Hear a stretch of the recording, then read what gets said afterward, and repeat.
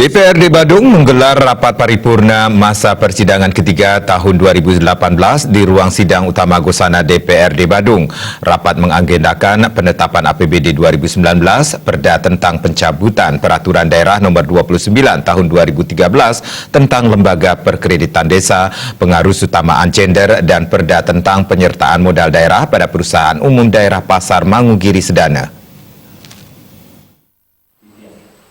Rapat dipimpin Ketua DPRD Badung Ibu Tuparwata yang dihadiri Bupati Badung Inyoman Giri Prasta, Wakil Bupati Badung Iketus Suyasa, Sekretaris Daerah Iwayan Adi Arnawa, serta pimpinan organisasi perangkat daerah di lingkungan Pemkab Badung. Ketua DPRD Badung Ibu Tuparwata mengatakan, sesuai dengan Permendagri Nomor 37 Tahun 2018 tentang pengesahan anggaran, Dewan sudah menyelesaikan tugas pengesahan anggaran 2019 secara tepat waktu.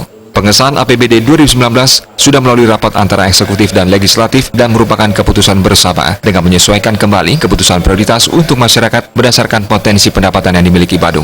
Dalam APBD 2019 sudah dirinci secara maksimal sehingga ditetapkan APBD 2019 sebesar 7,9 triliun rupiah dan diharapkan menjadi stimulus bagi masyarakat. Dengan ditetapkannya APBD ini kami harapkan dapat memberikan stimulus kepada masyarakat ya semaksimal mungkin dan tepat sasaran sesuai dengan harapan kita bersama-sama antara pemerintah dan Dewan ini, program-program yang menjadi prioritas, program-program yang menjadi program yang wajib, antara lain pendidikan, kesehatan itu tetap menjadi skala prioritas. Hal senada ditegaskan Ketua Badan Anggaran DPRD Badung yang sekaligus Wakil Ketua DPRD Badung Made Sunarta. Ia memberi apresiasi telah ditetapkannya APBD Badung tahun 2019 mencapai 7,9 triliun yang sebelumnya dirancang 10 triliun lebih. Hal ini merupakan angka rasional dan realistis di tengah lesunya perekonomian global serta bencana yang terjadi. Pemerintah dan DPR yang menganggap bahwa yang lebih mendekati rasional atau realistis adalah di angka 7,9 triliun.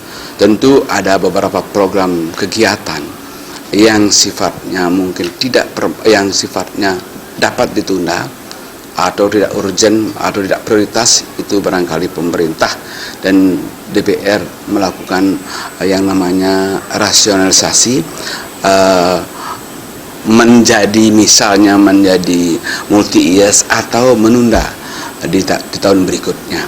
Jadi sehingga angka yang diperoleh mencapai 7,9 triliun. Kita berharap memberikan efek domino pada pembangunan di Badung terhadap kesejahteraan masyarakat.